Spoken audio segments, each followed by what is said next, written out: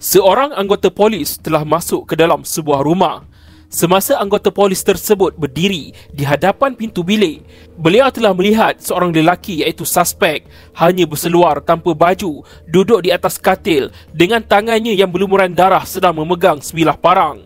Terdapat dua lelaki lain yang turut berada bersama suspek di dalam bilik tersebut. Dua orang lelaki itu tidak memegang apa-apa senjata. Cuma salah seorang dari mereka sahaja yang memegang sebilah rotan.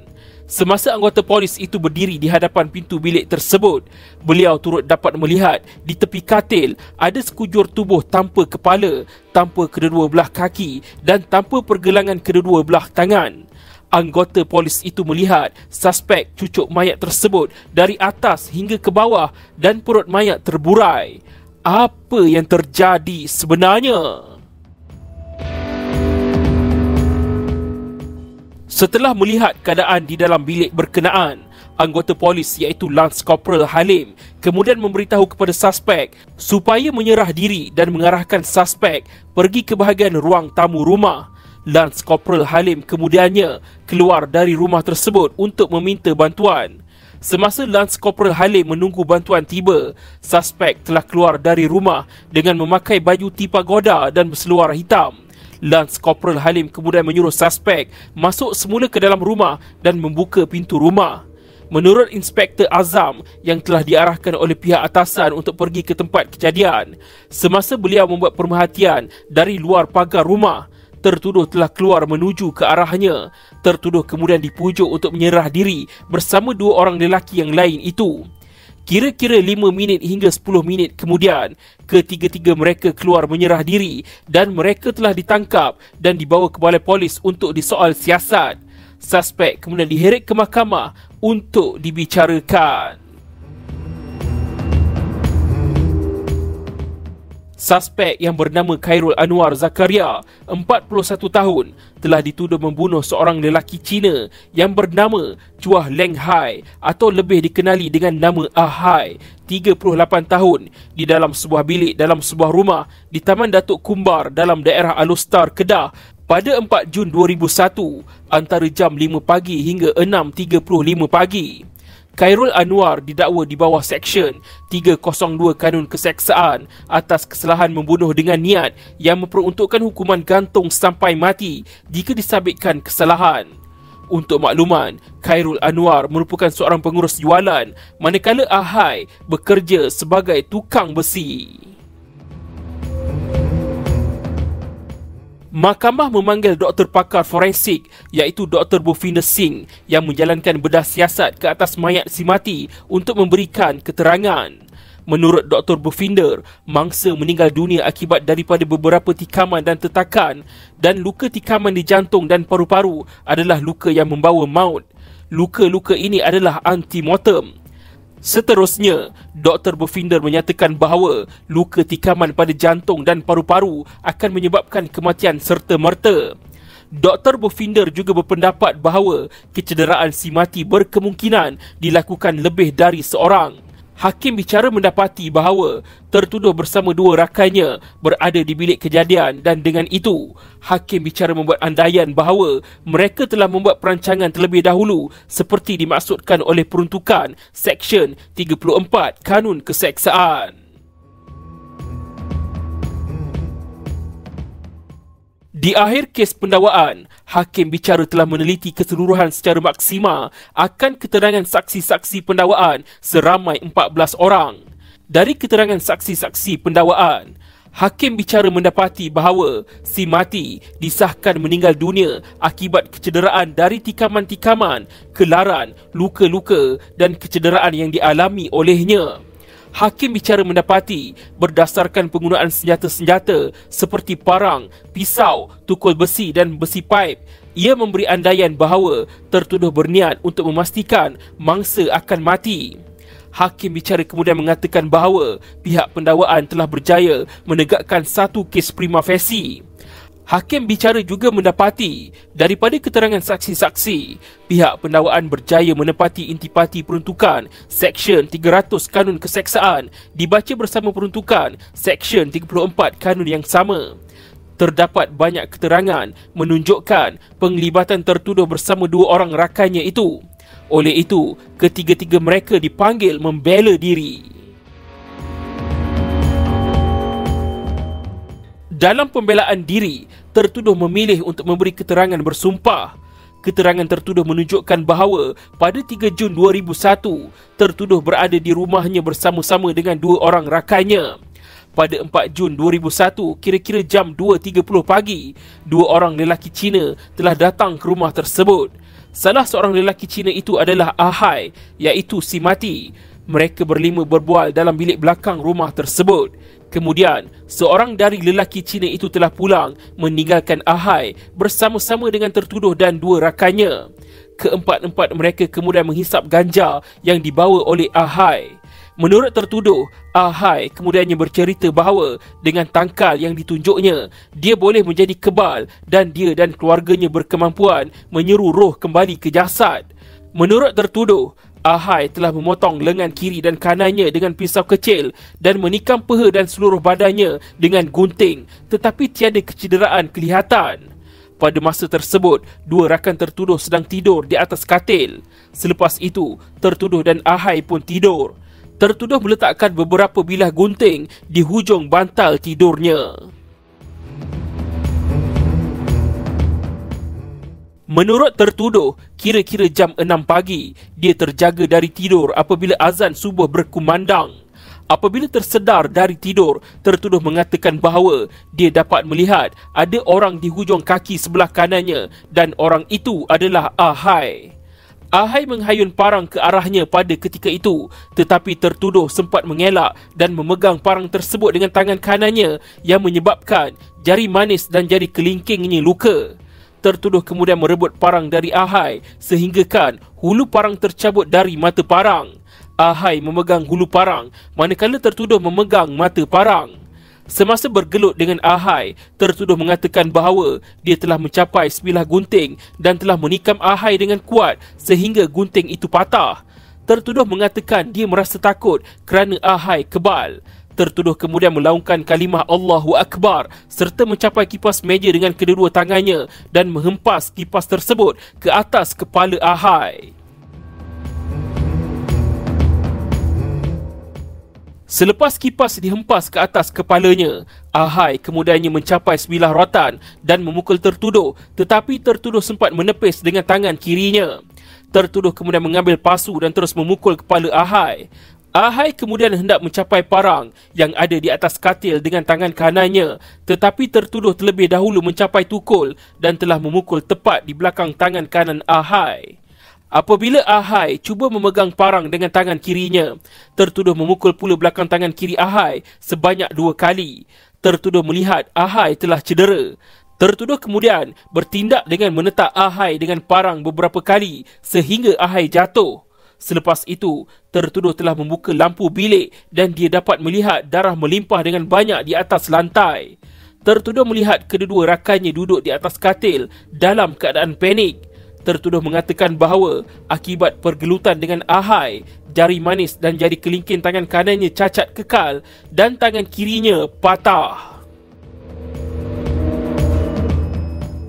Tertuduh menafikan yang dia menyerang Ahai adalah untuk mencederakannya. Menurut tertuduh, dia menetak Ahai adalah hanya untuk mempertahankan dirinya dan juga ibu, anak saudara dan isterinya yang sedang tidur di bilik hadapan rumah pada ketika itu. Tertuduh mengatakan bahawa Ahai bertindak berbahaya dan agresif pada masa tersebut. Menurut tertuduh, dia dalam keadaan sedar semasa bergelut dengan Ahai. Dia sedar yang dia kena ancam. Tertuduh menafikan bahawa dia menyerang Ahai bersama-sama dengan dua orang rakannya itu. Tertuduh mengatakan bahawa kedua-dua rakannya itu tidak bergelut dengan Ahai ataupun mencederakan atau memukul Ahai. Tertuduh menafikan dia bersama dua orang rakannya itu merancang untuk membunuh Ahai. Tertuduh kemudian mengajak kedua orang rakannya itu supaya mengikutnya bertakbir kerana menurut tertuduh, dia dalam keadaan ketakutan kerana bimbang Ahai akan hidup semula. Menurut tertuduh, selepas bertakbir, dia memotong badan Ahai dengan parang bermula dengan bahagian kepala kerana takut Ahai akan hidup semula. Selepas itu, tertuduh memotong kedua-dua kaki dan tangan Ahai. Tertuduh mengarahkan dua orang rakannya itu untuk membungkus kepala dan anggota badan Ahai. Tertuduh kemudian membelah dada Ahai. Menurut tertuduh, selepas memotong badan Ahai, dia kemudian memeluk senaskah tafsir Al-Quran untuk menenangkan dirinya. Tertuduh kemudiannya mengarahkan salah seorang rakannya itu untuk mengambil air dari peti sejuk di dapur kerana tertuduh berasa dahaga. Di akhir kes pembelaan, hakim bicara menolak dakwaan tertuduh bahawa kecederaan antemortem dan postmortem terpaksa dilakukan atas sebab kononnya keupayaan si mati boleh hidup semula selepas mati. Apakah itu antemortem dan postmortem? Kecederaan antemortem secara amnya adalah kecederaan yang diterima sebelum kematian, manakala kecederaan postmortem adalah kecederaan yang berlaku selepas kematian. Kecederaan antemortem mungkin merupakan faktor pencetus kepada punca kematian atau kematian itu sendiri. Kecederaan postmortem boleh menyebabkan kekeliruan dari semasa ke semasa, corak dan punca kematian, walaupun ia tidak berkaitan. Hakim bicara mendapati bahawa penjelasan dari tertuduh adalah tidak masuk akal dan tidak berpijak di alam nyata. Keterangan tertuduh mengenai si mati yang tidak lut ditikam dan boleh hidup semula selepas mati adalah satu rekaan dan hayalan yang tidak boleh diterima oleh sesiapa yang berfikiran waras. Hakim bicara juga mendapati bahawa cerita tertuduh tentang pergelutan di antaranya dengan si mati yang diberi secara terperinci adalah rekaan semata-mata kerana terlampau sempurna sehingga sukar diterima akal kerana pergelutan itu berlaku dengan pantas dan keadaan dalam bilik adalah samar-samar yang hanya diterangi oleh lampu tidur sahaja pada ketika itu. Hakim bicara tidak dapat menerima pembelaan tertuduh sebagai pembelaan mempertahankan diri, iaitu private defense, kerana kesan kecederaan antemortem dan postmortem yang teruk dialami oleh si mati. Hakim bicara menerima pendapat dari doktor pakar forensik, iaitu Dr. Bhupinder Singh, yang menyatakan bahawa kecederaan yang dialami si mati berkemungkinan dilakukan ekoran hayalan, iaitu halusinasi, hasil dari pengambilan dadah. Ia terbukti apabila tertuduh mengaku mengambil dadah jenis ganja sebelum kejadian berlaku. Ini disokong oleh keterangan dari Ketua Bahagian Siasatan Jenayah Daerah Kota Star, iaitu Superintendent Azizan, yang menyatakan bahawa dalam darah tertuduh terdapat kesan dadah. Mengikut pertimbangan hakim bicara, daripada fakta keterangan kes jelas menunjukkan bahawa pembelaan mempertahankan diri tertuduh adalah tidak munasabah. Kecederaan dan peristiwa sebelum kejadian tidak selaras dengan ciri-ciri pembelaan mempertahankan diri mengikut kehendak undang-undang. Kecederaan ibu jari tertuduh disebabkan pergelutan di antara si mati dan dirinya yang berkemungkinan untuk mempertahankan diri. Oleh itu, tertuduh didapati telah gagal menimbulkan keraguan yang munasabah ke atas kes pendakwaan. Pada 22 September 2008, Mahkamah Tinggi memutuskan bahawa tertuduh didapati bersalah dan disabitkan kesalahan seperti dalam pertuduhan dan tertuduh dikenakan hukuman gantung sampai mati. Kes tidak hanya terhenti di sini. Kes kemudian dirayu ke peringkat Mahkamah Rayuan. Apakah keputusan Mahkamah Rayuan? Adakah tertuduh kekal bersalah atau dibebaskan? Ketika perbicaraan rayuan di Mahkamah Rayuan, peguam bela tertuduh telah membangkitkan pembelaan tambahan, iaitu pembelaan mabuk intoxication selain dari pembelaan mempertahankan diri yang telah dikemukakan oleh tertuduh di Mahkamah Tinggi. Peguam bela berhujah bahawa Mahkamah Tinggi telah terkilaf kerana gagal mempertimbangkan pembelaan mabuk intoxication walaupun terdapat keterangan bahawa tertuduh telah menghisap ganja sebelum kejadian. Merujuk kepada kes Abdul Aziz Muhammad Sharif lawan pendakwa raya 2010 5 CLJ 733.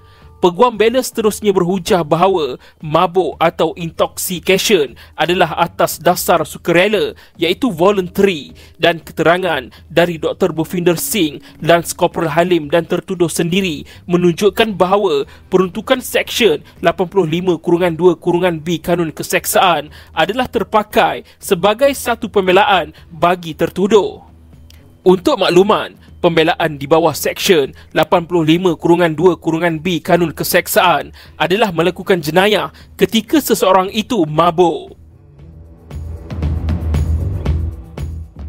Persoalan yang berbangkit daripada hujahan peguam bela adalah sama ada Mahkamah Tinggi telah terkilaf kerana gagal mempertimbangkan keadaan tertuduh yang didakwa mabuk pada masa kejadian, dan sama ada kegagalan ini telah menyebabkan miscarriage of justice.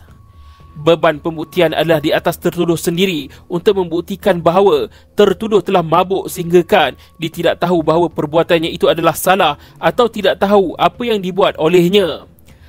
Apabila mabuk merupakan satu isu dalam proses menentukan keadaan pemikiran tertuduh pada masa kesalahan seperti yang dipertuduhkan dilakukan, penentuan hendaklah dibuat melalui inferensi daripada fakta-fakta relevan yang diketahui dan keadaan semasa, termasuk perilaku tertuduh pada masa yang material. Mahkamah Rayuan berpendapat bahawa keterangan dari Dr. Bhupinder Singh dan Lance Corporal Halim sahaja tidak mencukupi untuk membuktikan bahawa tertuduh dalam keadaan mabuk. Apa yang dinyatakan oleh Dr. Bhupinder Singh adalah merupakan satu pendapat sahaja. Mahkamah harus menimbang fakta-fakta dan keadaan yang dapat dilihat dari keterangan yang telah dikemukakan untuk menentukan sama ada Seksyen 85-2-B Kanun Keseksaan terpakai, iaitu tertuduh mabuk sehingga dia tidak tahu bahawa perbuatannya mencederakan si mati dengan parang hingga mati adalah salah, atau dia tidak tahu apa yang dibuat olehnya pada masa tersebut seperti yang diperuntukkan di bawah seksyen tersebut.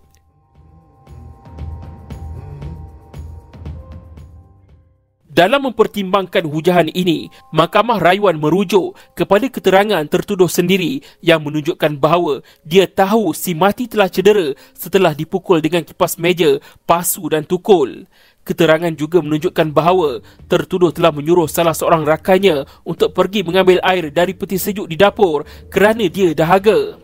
Tertuduh juga yang mengarahkan kedua-dua rakannya untuk membungkus kepala si mati. Selain dari itu, semasa Lance Corporal Halim pertama kali melihat tertuduh hanya memakai seluar tanpa baju, tetapi pada masa tertuduh keluar dari rumah untuk berjumpa Lance Corporal Halim, tertuduh memakai baju tipagoda dan berseluar panjang. Keterangan dari Lance Corporal Halim adalah konsisten dengan keterangan tertuduh sendiri kerana menurut tertuduh selepas kejadian, dia dan kedua-dua rakannya telah mandi dan selepas mandi, tertuduh memberi pakaiannya kepada dua orang rakannya itu dan tertuduh sendiri memakai seluar hitam dan baju T berwarna putih. Superintendent Azizan dalam keterangannya ada menyatakan bahawa dalam darah tertuduh ada kesan dadah, tetapi beliau telah menafikan cadangan peguam bela bahawa tertuduh dalam keadaan separuh sedar semasa beliau berjumpa dengan tertuduh. Setelah meneliti keterangan yang ada, Mahkamah Rayuan mendapati bahawa walaupun Mahkamah Tinggi gagal menimbangkan babuk intoxication dalam penghakimannya, ia tidak menyebabkan miscarriage of justice. Tambahan pula, tertuduh sendiri menyatakan bahawa dia dalam keadaan sedar semasa kejadian. Oleh yang demikian, Mahkamah Rayuan mendapati bahawa tertuduh telah gagal membuktikan bahawa Seksyen 85-2-B Kanun Keseksaan adalah terpakai. Tertuduh tidak menafikan melakukan pembunuhan itu. Tertuduh mengaku telah menetak si mati beberapa kali, tetapi tertuduh menjelaskan bahawa dia hanya sekadar mempertahankan dirinya sahaja. Hakim Mahkamah Tinggi telah memutuskan bahawa berdasarkan keterangan di hadapannya, pembelaan mempertahankan diri tertuduh tidak dapat diterima oleh mahkamah. Berkaitan pembelaan ini, Mahkamah Rayuan mendapati tertuduh dalam keterangannya mengaku telah menggunakan gunting untuk menikam si mati, menggunakan kipas meja dan pasu untuk memukul kepala si mati, dan menggunakan tukul untuk memukul kedua tangan si mati sebelum tertuduh menggunakan parang untuk menetak si mati. Tahap kecederaan yang dialami oleh si mati dapat dilihat dari laporan postmortem. Laporan postmortem menunjukkan bahawa si mati telah mengalami kecederaan yang teruk di kepalanya. Si mati juga telah mengalami kecederaan teruk pada kedua-dua tangannya. Dalam keterangan tertuduh, dia mengaku telah memukul kedua-dua tangan si mati dengan tukul. Keterangan dari Dr. Bhupinder Singh dan laporan postmortem si mati menunjukkan bahawa si mati telah mengalami kecederaan yang teruk selepas tertuduh memukul kepala dan kedua-dua tangan si mati. Akan tetapi, laporan perbuatan ke atas tertuduh menunjukkan bahawa tertuduh hanya mengalami kecederaan fracture head of second metacarpal area pada tangan kirinya sahaja. Tertuduh tidak mengalami apa-apa kecederaan yang lain, iaitu no external injury. Oleh itu, berbanding dengan keadaan fizikal tertuduh, si mati berada dalam keadaan yang lebih lemah akibat kecederaan yang dialaminya disebabkan perbuatan tertuduh. Persoalan yang timbul adalah sama ada masih ada ancaman berterusan daripada si mati terhadap keselamatan tertuduh. Merujuk kepada kes Mahkamah Persekutuan Chung Tain Kong lawan Pendakwa Raya 2010 2 CLJ 397, Hashim Yusof selaku Hakim Mahkamah Persekutuan merujuk kepada kes Pendakwa Raya lawan Nguai Ming Sean 1981 CLJ 93 dan 1981 CLJ 251, di mana Ajaib Singh selaku Hakim Mahkamah Tinggi menyatakan bahawa hak pembelaan diri tidak bermaksud seseorang itu boleh mencederakan seseorang yang lain lebih dari apa yang perlu untuk mempertahankan dirinya. Mahkamah Rayuan mendapati dengan mengambil kira keadaan si mati, tindakan tertuduh yang terus menyerang si mati dan menetak si mati beberapa kali dengan parang adalah tidak munasabah. Oleh kerana pada masa tersebut, ancaman daripada si mati terhadap tertuduh sudah terhenti. Oleh yang demikian, panel 3 Hakim Mahkamah Rayuan sebulat suara bersetuju dengan Mahkamah Tinggi bahawa pembelaan mempertahankan diri dari tertuduh tidak boleh diterima. Tertuduh mengaku telah mengambil parang dan menetak si mati beberapa kali. Bukan sahaja tertuduh menetak si mati, malah dia juga telah menikam jantung dan paru-paru si mati. Menurut Dr. Bhupinder Singh, tikaman pada jantung dan paru-paru telah menyebabkan kematian yang serta-merta dan luka-luka ini adalah antemortem. Oleh yang demikian, Mahkamah Rayuan mendapati dari keterangan bahawa bukan sahaja tertuduh sedar tentang perbuatannya itu, malah perbuatan tertuduh menikam si mati dengan parang jelas menunjukkan bahawa ia dilakukan dengan niat untuk menyebabkan kematian. Peguam bela kemudian membangkitkan isu bahawa Mahkamah Tinggi telah gagal untuk menyatakan peruntukan yang mana di bawah Seksyen 300 yang terpakai dalam kes ini. Mahkamah Rayuan berpendapat bahawa atas keterangan yang ada, kegagalan ini tidak mencacatkan keputusan Mahkamah Tinggi sehingga menyebabkan miscarriage of justice. Berdasarkan keterangan yang ada, jelas bahawa Seksyen 300(A) Kanun Keseksaan adalah terpakai. Berdasarkan alasan-alasan yang dikemukakan, panel 3 Hakim Mahkamah Rayuan sebulat suara menolak rayuan tertuduh pada tarikh 5 Oktober 2011. Ini bermaksud Mahkamah Rayuan mengekalkan sabitan ke atas tertuduh dan mengekalkan hukuman gantung sampai mati yang telah dikenakan ke atas tertuduh. Untuk makluman, pada awalnya dalam pembicaraan kes di Mahkamah Tinggi, 2 rakan tertuduh turut sama dituduh melakukan pembunuhan ke atas si mati. Namun begitu, Hakim Mahkamah Tinggi mendapati tidak terdapat keterangan yang mencukupi untuk mensabitkan 2 rakan tertuduh itu kerana pembelaan mereka telah menimbulkan keraguan ke atas kes pendakwaan. Oleh itu, kedua-dua rakan tertuduh telah dilepaskan dan dibebaskan. Menurut beberapa artikel akhbar, pada Mei 2018, Khairul Anwar iaitu tertuduh mendapat pengampunan daripada Sultan Kedah dan status banduan akhir berubah kepada banduan hayat. Pada Februari 2024, kes berkenaan dibawa semula ke Mahkamah Tinggi Alor kerana kerajaan Malaysia memasukkan hukuman hayat ke atas semua banduan di penjara. Dan hukuman Khairul Anwar digantikan dengan hukuman penjara selama 35 tahun dari tarikh dia ditangkap, iaitu pada tahun 2001. Khairul Anwar selesai menjalani hukuman penjara dan dibebaskan pada 3 Oktober 2024. Menurut Khairul Anwar, dia yang sudah insaf atas perbuatannya itu mahu membuka buku baru dengan menjadi insan yang berbakti kepada bangsa dan agama. Pengalaman Khairul Anwar sepanjang menjalani hukuman penjara banyak mengajarnya erti kesabaran dan menjadi manusia yang berguna. Malah bersyukur diberi peluang mendalami ilmu agama. Peristiwa yang paling menyayat hati saya adalah pada hari ketika hakim menjatuhkan hukuman gantung sampai mati. Emak saya menangis sampai jatuh pengsan di dalam mahkamah. Dia tak boleh terima dia sampai pegang kaki hakim. Saya rasa itu kesalahan paling besar pada emak saya. Tetapi hari ini alhamdulillah Allah telah beri saya peluang keluar. Khairul Anwar bersyukur kerana masih diberi kesempatan berbakti kepada ibunya yang kini sudah berusia 84 tahun. Penghakiman penuh boleh dirujuk dalam kes Khairul Anwar Zakaria lawan pendakwa raya 2011 1 LNS 1302 Mahkamah Rayuan Putrajaya. Nombor rayuan jenayah K0516420008. Nombor perbicaraan jenayah Alostar 45222002.